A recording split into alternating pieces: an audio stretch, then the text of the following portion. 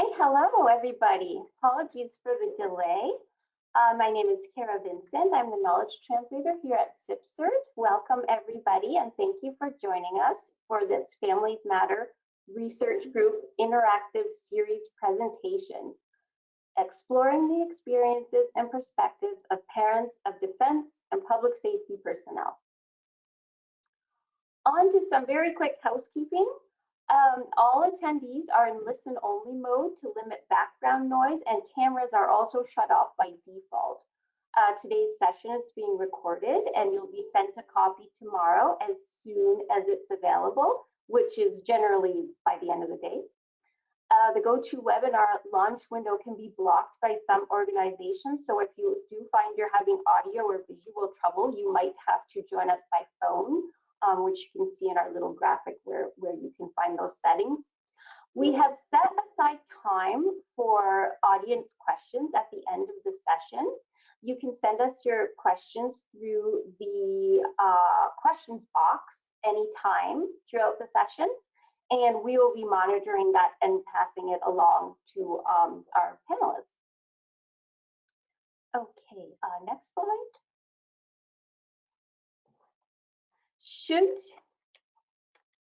Next slide, thank you.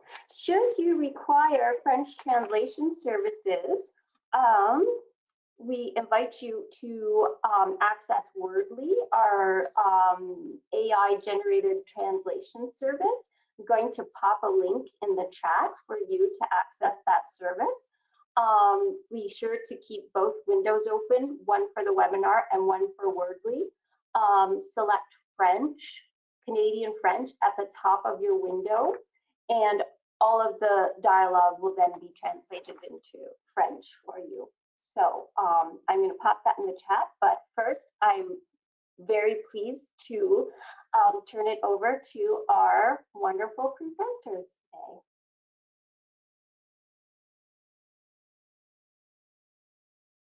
Thanks, Kara. And before we start in, I would just like to acknowledge the land upon which we live, learn, and play, and Queen's University. So as a faculty member at Queen's, I really want to recognize the position of Queen's on the traditional Anishinaabe and Haudenosaunee territory.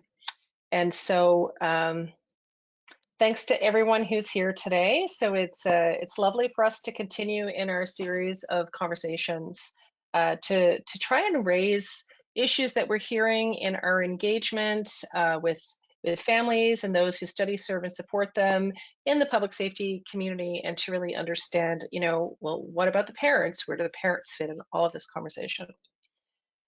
So today, I'm the research lead. I'm Heidi Cramm.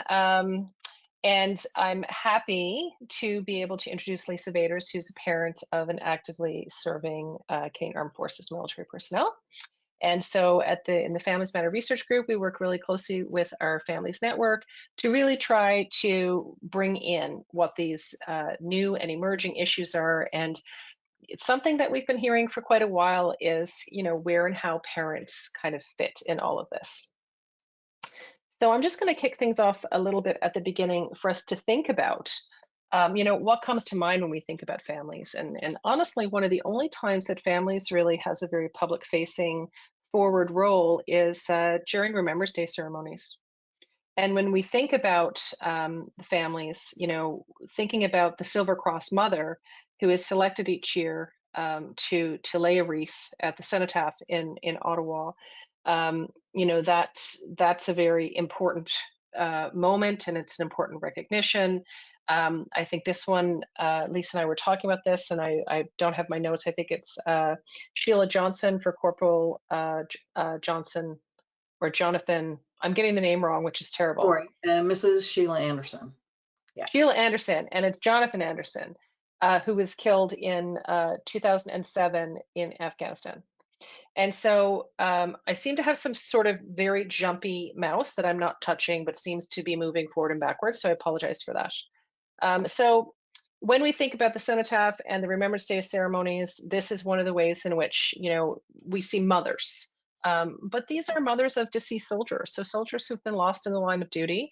And, there's a lot of questions about what happens to families and parents during the rest of service and the life course of the parents in service. And so we thought we'd bring this forward as kind of an emerging issue that we think is pretty important in the community. So I wanted to give you some real highlights, and they are very like high level highlights here about we know about parents from the research.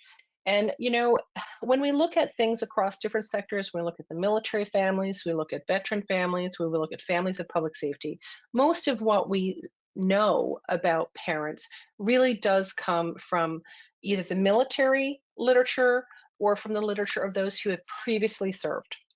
So what we do see is a body of work that really speaks to, you know, parents are stressed when people are deployed for long periods of time.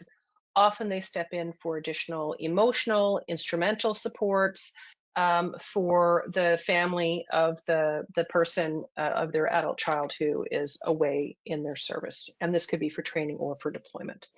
And there's some understandable anxiety and worry that goes along with having your child in a combat zone.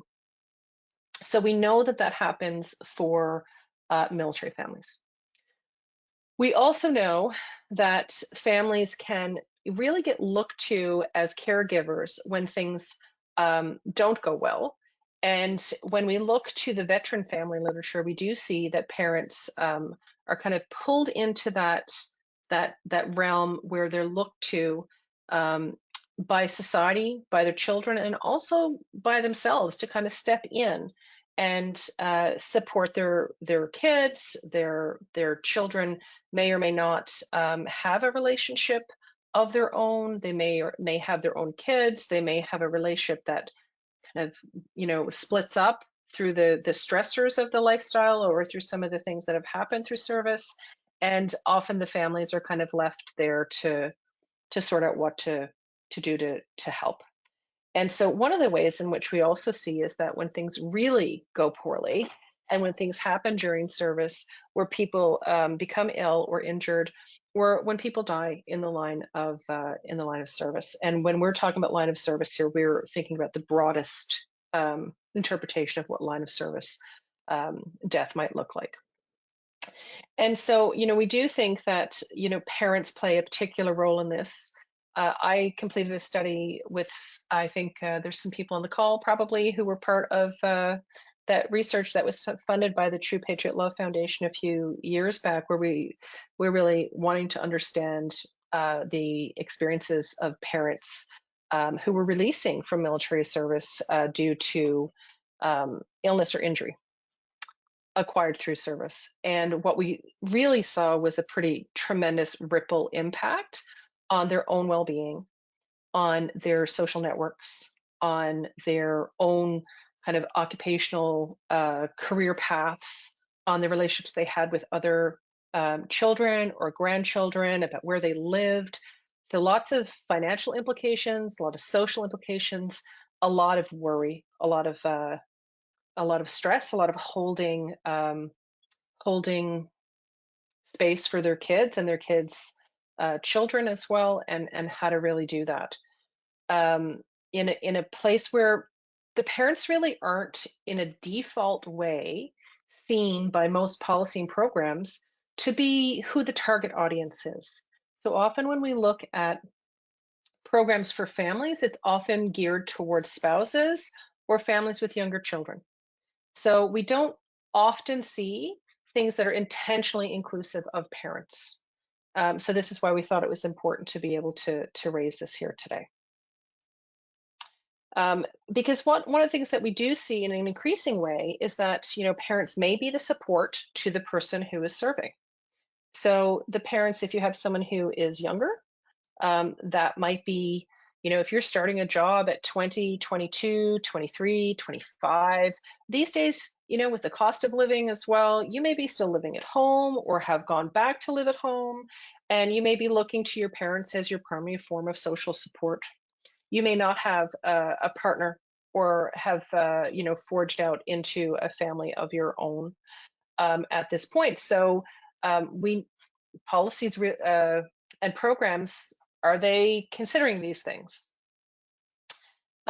We do know that when the spousal relationships break down, the adult children may look to their parents for increased support, and parents may step in to provide additional support if there are medical issues or injuries that unfold. The other things that we've been talking about a lot when we think about, moving into a more family forward policy and program, how do we get people thinking about families more specifically, especially within the public safety sector where this conversation is much newer. If there are some ways in which families are kind of onboarded, especially with new recruits, where there's like a family night, there's a welcome, there's, hey, you finished training. Is there then an increasing inclusion of parents? And certainly in the conversations that we're having, and Lisa Delaney as the community development manager, she's at an event today, so not with us, but she's out there having those conversations, and she is hearing increasing inclusion as well of parents in that. So that kind of forms the basis and a great segue here now to think about, how Lisa's path has unfolded, and her perspective coming in as a military spouse, now a military parent, and doing work in the field. So Lisa, I invite you to tell us a little bit more about your path. So thank you. Thanks, Heidi, and thanks to you and CIPSRT for having me on the panel today. So my path started quite a while ago. I don't know if you can even notice from the outfits alone in the pictures. But in 1991 is when I, met a young guy at university in St. John's, Newfoundland, at a party, and couldn't quite figure out why we hadn't met before. And I didn't know he was in the military at the time, but quickly learned that he was. And I just thought, oh no, because I don't know anything about that life. I had nobody in the family who had previously served. But I was very respectful of the military, as many Newfoundlanders, of course, have joined and are still joining today to be part of the Canadian Armed Forces. In '92, as you see in the first picture there, after being on training all summer, he surprised me. I was a bit in shock there, and got down on one knee and sang his proposal to me. He's a wonderful singer, and that was the beginning. Officially, I guess, of this world, this life, getting to know more about it, meeting other students who were at Memorial University at the time, who were also part of the officer training program at the time that he was engaged in. Fast forward to moving to Kingston for the first posting, a big eye-opener for someone coming into that life. Although Kingston was a great spot to start that life, and made a few friends right away that really helped, but it was difficult.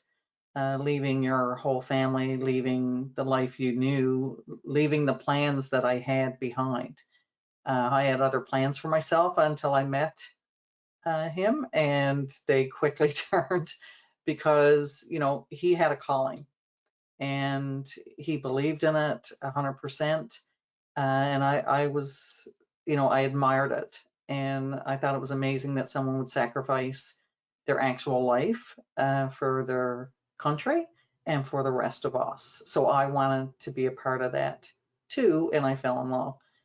So after a year living in a posting, we got married. So that's the second picture that you see. We did go back to Newfoundland and had our wedding there with family and friends, of course. And it was kind of amazing, but everything happened really fast after that. I got a call actually from the University of Guelph, because the plans I had included my master's degree, and they called. I had applied and didn't think I got in, and they called while, I think it was 2 days after that wedding in Newfoundland to say you've been accepted and you need to be here in 5 days. So, quickly throwing everything in the car, no honeymoon, racing back to Ontario, quickly going to Kingston, and quickly going to the University of Guelph to drop me off. And that was the first 2 years of our marriage was apart. So I was the one leaving this time, which, was a start of what was to come, the separations, the various separations over the next 25 years. But it was an amazing experience. especially in those beginning years when you're young, of course, and meeting all the folks that we met. We did a posting to Kingston. We finished that up. He got posted to Ottawa while I was in Guelph. So that was interesting for him to move on his own, to move house on his own. And then shortly after that, of course, our son, who you see in the top right picture, came along. And, you know, then it was different then. Now we're a bigger family. We had someone else, you know, to take care of and worry about. And how do these changes that we're experiencing, thinking it was an adventure, how does that affect your child and your family dynamic? And of course, getting there was with the support of both sets of parents. And in the far left, bottom left corner, you'll see my in-laws who were very supportive of my husband when he was in the reserves, and then when he joined the Canadian Armed Forces. It was not easy for them back then, and over the years, they expressed the stories of saying goodbye when he went on the bus the first time and went away that first summer. And then, of course, when we got posted, it really hit home. Okay, you know, you're not going to be even living in the same province. You're probably never going to live back here again. And that was a transition that we kept dealing with the whole time, I think. But yet we ensured visits. So, you know, we traveled back to family once a year because we thought that relationship was important, and important for our son as well, to have that kind of support. My parents too, you know, this was new to them. And we never really talked about it a lot in the beginning, but over time there was conversations or there was, you know, expression of the difficulties and the challenges, especially for his parents when he was deployed overseas. So that was a difficult time, and we were all going through it in separate homes, separate places, separate towns, separate provinces, which made it, I think, even more difficult.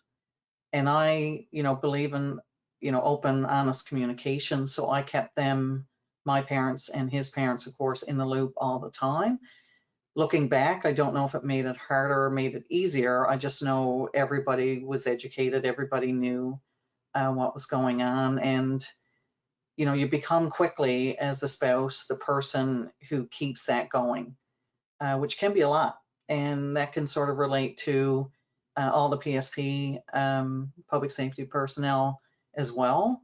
If you become that person that has to keep everybody in the know, and sometimes it's hard to even process some things yourself, and you're so busy keeping other people educated. And, you know, fast forward to about 8 years ago, our son, who around, well, before that, but grade 8, expressed interest in joining the military. And I just assumed there'd be lots of time for discussion between grade 8 and grade 12 about joining, or about, you know, what his future would bring. And there was a lot of discussion with us. He, of course, had open eyes on this, had way more education than I had in the beginning when I joined this military life. And I came home from work one day, and his father and him were at the top of the stairs to greet me, which never happens. And, you know, my husband said, just tell her what you did. And he said, I joined the military today. So he filled it all out online himself. You know, he, you know, took it on. I thought we would be helping, to be honest with that, because there was conversation around it.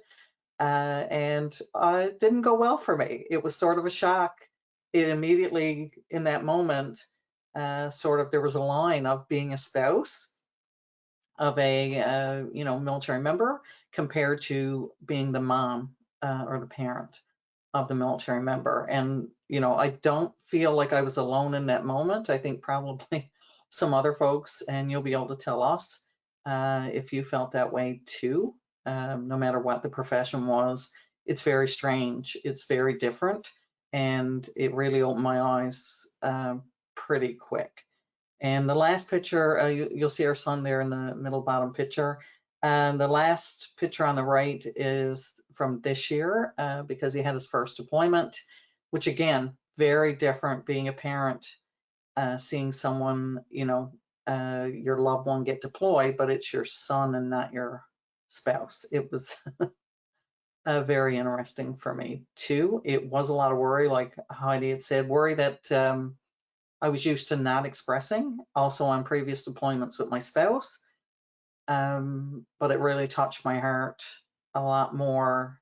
And I couldn't be cavalier about it, despite all the 25 years of experience under my belt. So it's been about 32 plus years in total. And it's one of the reasons I reached out to Heidi a year and a half, 2 years ago, about doing research with military families specifically, and being very inclusive of parents, having that experience myself, but all family members. And I do think I have to give my hat off, because I have a chance to do it, to one CER in Edmonton when my son was deployed. They did reach out, they did phone, and they sent flowers to us during Christmas, because it was over Christmas, he was away. And that made me cry too, because it's not very often, and I don't remember, maybe once, my in-laws getting any recognition of being part of that service and part of that support system. Oh, back to you, Heidi. I hope I didn't take up too much time.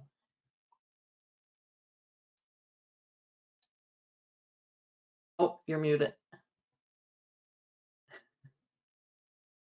course I am. Okay, so thanks so much for the overview, because I think having that kind of perspective and thinking, like, coming up through the system as a spouse, and it's not an uncommon thing in the military or in different public safety sectors where you went through it and that was one thing, but now that your kid is in it, it's a different issue, and you understand the risks because you've lived through them. You understand the lifestyle because you're still here, but now it's your child, so that's a different thing, and so we do hear this. So when I think about that, I'm wondering if you can speak a little bit about what that's been like for you in recognizing what some of those differences are.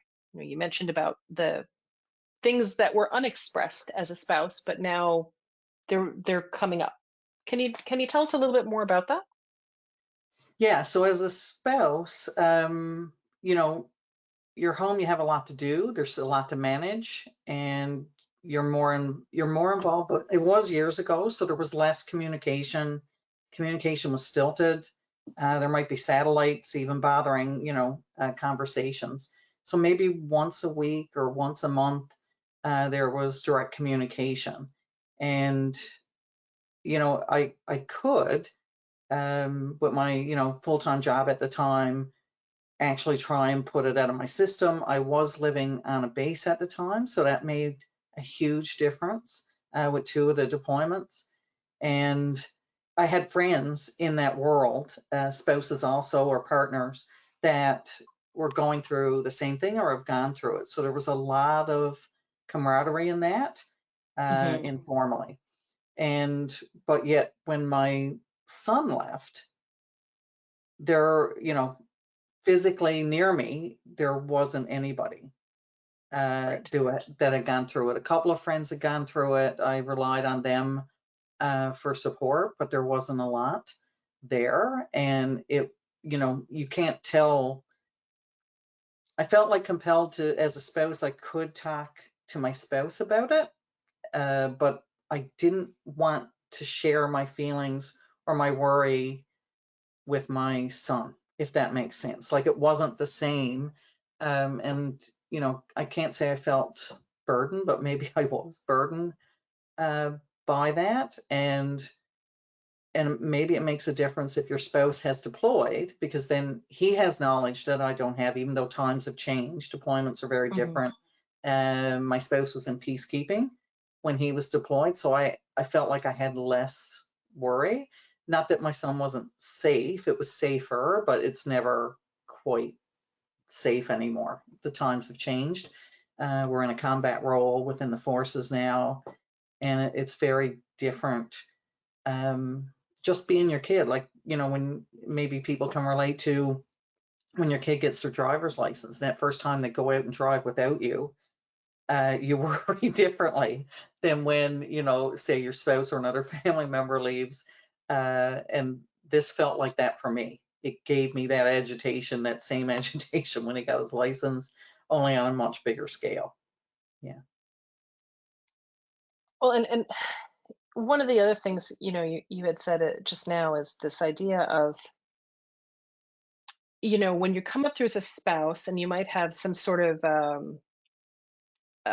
there's like a network that's already in place, whether it's a, you know, a social network or a network of services and supports. Like you've got a sense of where to go, and other people are going through it. But as a parent, you're rather separate from that kind of occupational, you know, job related network, and you're experiencing this just as an individual.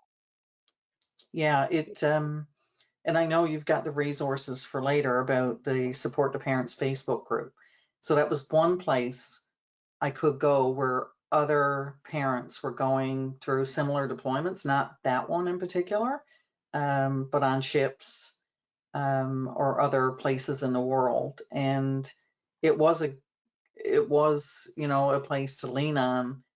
Um, and they could relate right away. I didn't have to explain too much. They felt the same. And it's, you know, all parents from all different walks of life on there. So you're getting diversity of thought and diversity of culture too.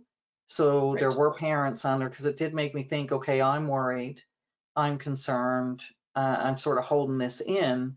But there was always parents on there that had no experience with the military whatsoever. And I could see how that could relate even to, you know, public safety personnel. So, you know, in the firefighting service. So if a family member, you know, knows, even if they're living in the same town or not, and knows there's a call out, or they're going out every day running towards danger instead of away from it. You know, there can be a chronic worry, I think, that can develop, or it can be concerning to families, you know, and parents specifically at all times. So even in training exercises, no matter what the profession, again, there's always that piece too that I don't think we talk a lot about within parents and that particular population. Well, and the amount of communication and the kind of exposure on social media around, like you become aware of something that's happening in real time. So even like this week in Kingston was a very busy week in terms of fires. There was some really wildfires here this week, and not wildfires, but like very large fires. And my husband was working, and he's a firefighter, and he was, you know, incident command in these fires. And he's like, can't talk, I'm at a fire. So I looked it up on, you know, social media to find out, and I got the photos in real time of what was going on. And you think, you know, the amount of exposure that you get, and how accessible that is, and what you do with that information then, where you put it. You know, but the isolation around parents, because we don't have them necessarily in mind when we're providing services. Like even when we did that research on parents of the ill and injured, one of the things that I really struggled with is that was the hardest study we've ever had of finding people who could participate in research, because not one of them knew anybody else. So normally when you have something that's like, oh, someone has this experience, do you know, can you share this with somebody else who might have a similar experience? Not one of them knew a single person who might have a similar experience. And there was a lot of challenges in kind of this social connection and social acceptance around being worried about your kids, and managing some of the things that they were dealing with if they'd had a trauma history. And it wasn't, you know, I feel like we can do better for parents. I feel like, you know, creating ways for them to connect to one another and to supports and services. When we think about families these days, it's thinking about the whole family. So just wondering, you know, if you've had any experience with that kind of social connectivity to folks who don't get it because they haven't lived it. Yeah, so I mean, in that Facebook group, it was very easy to see.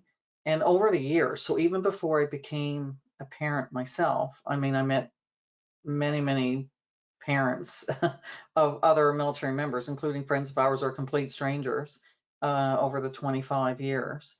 And they were invisible. They felt invisible. And I remember my husband and I going to Costco of all places to get,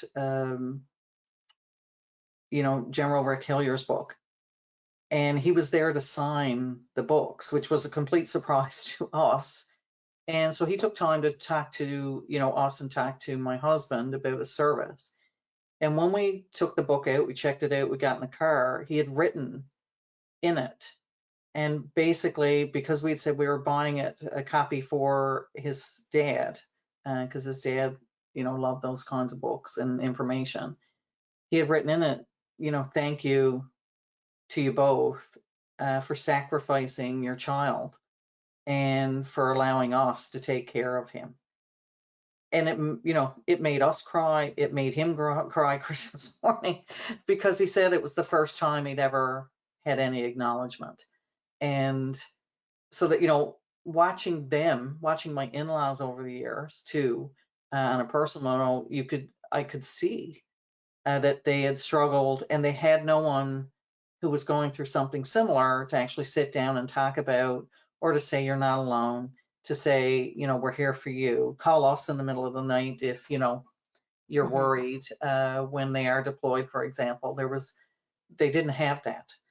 I think we've gotten better over time. I think things are growing, like just your research alone, Heidi. I think that increasing research, and there's some in Canada, it's growing. And, I think that's why we're in the field we're in. We want to keep that going and keep that conversation, learn more about their experiences.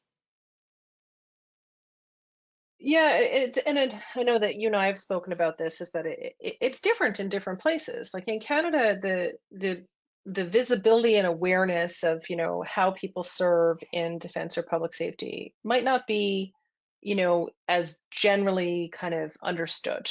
And some of the literature that we looked at when we were working through your research, when we think about what's happening in Israel, where the people who serve, as everyone serves, and where there's mandatory civil service, and most people are doing it in the military, but they do so in a way that's 18 to 21, so they're still expected to be connected to their parents. So their parents are then part of the expectation of the communication. And it's an interesting thing to reflect on about where and how we can actually build in more inclusion and connectivity for parents. Yeah, I mean, parents are, people are joining at any age in the Canadian Armed Forces, at least right now. I don't know what it's like in the other fields, but it used to be a thing to join when you're 17, 18, and they're still doing that, but they're joining at, 25, 35, even 45, 50. They're still joining. Like, it's kind of amazing. And like you had said about, being the support to younger military members, but even when you're older, your parents are still your parents, right? They still worry no matter how old you are. And ironically, that picture of my son at age 4, that's how I still see him. I don't know what other parents think out there, but that's how I still see him. So I still worry, despite being older now, and I'm sure it'll continue into his 30s and 40s and 50s. Yeah. Great point. Well, and that most of the people who are serving in the Canadian Forces are single. The majority of the members now are single. Yeah. So I think we have to pay attention to kind of the changing demographic, and know that people have different places where they look to support across their own life cycle, across their own career cycle. So it's the beginning of the conversation. So we wanted to turn a little bit now to some opportunity for people to ask questions and to hear more from some people in the audience. We do have, and let me see if I can, work the technology. I am the glitch finder to come back into this, because we do have the Mentimeter. And for those of you who haven't used Mentimeter before, what happens if you just want to take out your phone, if you're using on a phone or using a computer, you can type in mentimeter.com and then it asks you for a code. You can put the code in, or you can pick up your phone, you can put on your camera, and you can focus on the QR code and then press it, and it will bring you right into the poll. So it just allows you to contribute some information, you know, that helps you just join in the conversation. So if we can see, you know, what that might look like, and let's see if we can go into the Mentimeter here to come back. There I am. Let's see if we can do that. And I don't know what is currently showing. It's still the PowerPoint itself, right? So let me, okay, so while I get the screen up on the Mentimeter, if there are folks, if anyone has any questions they'd like to ask or anything from the chat, I don't see any questions in the chat itself, but you know, if people they want to ask questions, please do.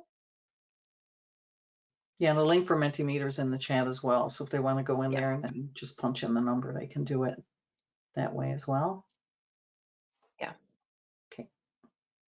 And this could be from you as your own experience. You know, I can see people on the list. There's many names. You know, I recognize some of the names of people kind of who are coming from different sectors or spaces, a few researchers in the mix, and there's lots of people who are hopefully have a perspective on what it's like, maybe as a service provider, you know, somebody. We'd love to hear from you. Well, I'm going to fill it in until somebody says something. Just thinking too about the family cycle, Heidi, you brought up about, because these parents become grandparents too. So there's that whole family relationship, and you know, that becomes something to navigate and challenge that they didn't see coming, even though many more folks, of course, you know, work away from home, as we know, as being Newfoundlanders, but you know, across Canada and around the world, there's a lot of families experiencing that too. So it's something else to balance, and it makes it just all, you know, a little bit harder to do from a distance. Well, it does, and I think that one of the things that you know, in preparation for this and our conversations, it's, you know, some of the things that there's hidden cost to some of those things. So, okay, you know, you've moved all the way across the country, and now, you know, there's a cost for the parents or the grandparents now to, you know, to visit that wouldn't be there if you had kind of stayed in a job that was more local to your home community. And so those costs do add up. The ease of that being able to be something that everyone can do, you know, that changes as well. So it's an ongoing process to consider. We do think as well that, you know, when we think about some of the recent stressors on families in the public safety realm, you know, there's certainly the past few weeks we've had the police and peace officer parade in Ottawa with a lot of visibility, to thinking about the experiences of police and correctional officers, the fallen firefighter memorial the weekend before that, of all of the new names added to the wall every year, and that this is an ongoing reality for families. It's not the only reality, obviously. That most people come through these jobs very happy and healthy and well adjusted, but that it's another layer to it. Yeah, and that one is even more isolating, or can be more isolating, you know, because the comments from, well, being a parent, it was fine when I was around, say, an official event with our son. But if you're just in the general population, somebody says, oh, did you know Lisa's son was in the military and just got back from a deployment, like I would not be able to handle that stress, as some, you know, one of the comments, or I could not deal with the risk, that knowing that they could, you know, die at any time. And that makes it become, you do become more isolating. Then you think, oh, well, you can't talk about it because it disturbs other people. We're Canadian, we're polite, so we try not to dwell too much on things that disturb other people or upset other people. But that's when you need to talk about it the most. And that's when you need, support for yourself as well. Yeah. Okay, so some comments are coming in. So let's see if I can switch my screen to see what it would allow me to show you.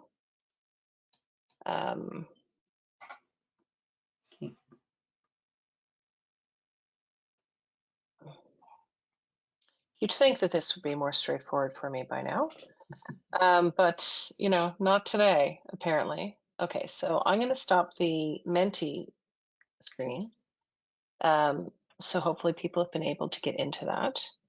But certainly some of the challenges that we're seeing on, there's a couple of, the first question is, what kinds of challenges have you had as a parent?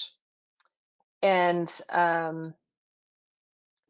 one of the questions is what kind of support is available for parents who recently had a child take on a public safety role? And I would say one of the things that we did do when we designed PSP Families is to build out the information and the skill building strategy sections so that they would be inclusive of parents and what parents need to understand what it means to be on the job. So that's kind of your entry level of like where they're starting, what that looks like. What is the nature of the job? What does it mean to be on the job? So I think that is the newest support that's there that certainly does include parents intentionally. Someone else says not a military spouse and service, but a military spouse and service provider for military and veteran families. Thank you for sharing the story and bringing some light to parents and the worry and the sacrifice. And certainly, we definitely see the parents as part of the community that makes safety and security possible for all Canadians. So we want to be sure to address that. So the next question, let's see if we have any responses on the next one.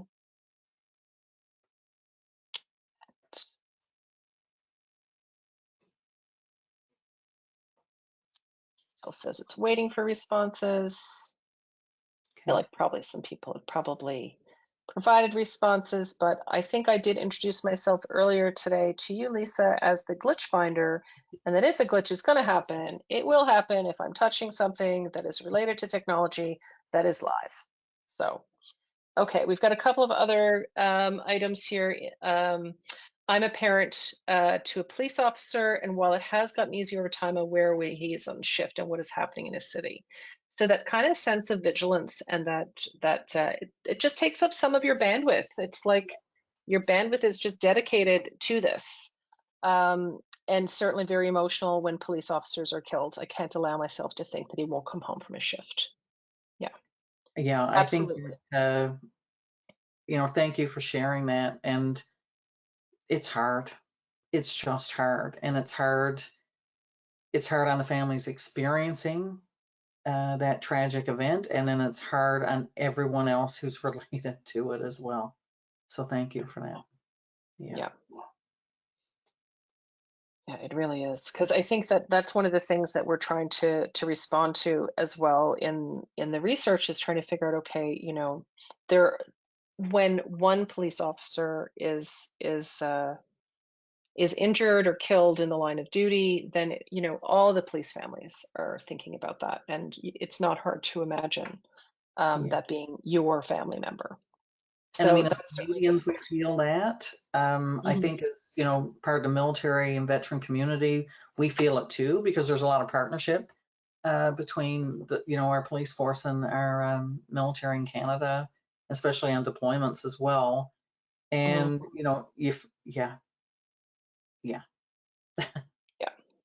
yeah, for sure. And so I guess the other part is we really wanted to be able to hear from you. What do people need to better understand? What do we as researchers need to better understand? What do service providers need to understand? What does your neighbor or the rest of your family better need to understand about what it's like for families and the kinds of supports that families, in particular parents, might need. Yeah, I think first thing is that we're here. That even acknowledging that your neighbor or your friend might be going through something that you don't understand, and it's okay if you don't. You can ask questions, you can ask them how they're feeling, if they want to talk about it, and you can be that friend support, neighbor support, even within your own family. So we've all got family members who struggle as well with understanding what you're going through as a parent, and it's reaching out. I think peer support is probably one of the number one best supports, to be honest, because sometimes you just need to vent, or and it's not all worry and concern. There's a lot of pride, and there's a lot of happiness, because they are doing what they want to do. They are following their calling into that profession. So whether it's the police force, firefighter service, the military, paramedic, they are following what they want to do. So there's a lot of pride wrapped up as a parent in that, and the fact that it gives back to the citizens of your town, province, territory, or Canada in general. It's kind of amazing too. So there's that part too. But when you are worried, it's nice to have someone to lean on and reach out to, even if they just sit and listen. Some of the negative comments, I know people don't mean to be, but try and maybe check that before you say it sometimes. Or when you say it and you're wrong, just say, I don't know what to say, or I feel, whatever I'm going to say is not going to be helpful, because that might make us laugh too, and open up the lines of communication. Yeah, I mean, I think that we had some conversation, you and I, about this idea of, people can say the wrong thing when they ask these things. They can kind of make comments like, oh, I don't think I could handle being a parent of a police officer. It's too much worry, like, and kind of you feel dismissed and erased in that process. And as you said, right back to that, made to feel invisible. And I think having empathy goes a long way. That bit of empathy and kindness, and that people maybe don't understand that maybe there's an indirect intent there to say, wow, you're carrying a lot. It didn't come out that way, but Right. maybe it felt like that in the moment. So trying to kind of get into the intention behind that.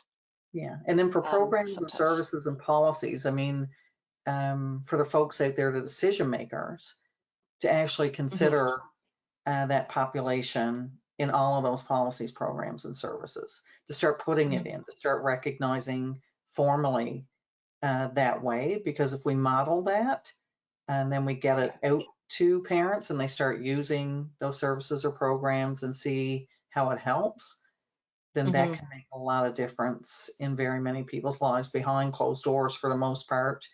There's a few times a year they might actually be showing, but we don't wear uniforms as parents, right? So that's part of the families. Part too. The family doesn't have any immediate identifier for sure. Yeah. So I certainly encourage people in the kind of the post survey to be able to let us know some things that wouldn't it be great if what hasn't come up that we need to know about. And I want to take a minute now to just also highlight some resources. So one of the things that we had mentioned was being able to highlight PSPNet families for parents. So, to help parents or adult siblings, like other part of the extended family support group, like how do we actually get people connected? And, we have this Families Network. So we're renaming it the Garnet Families Network to be inclusive of all the different services and sectors.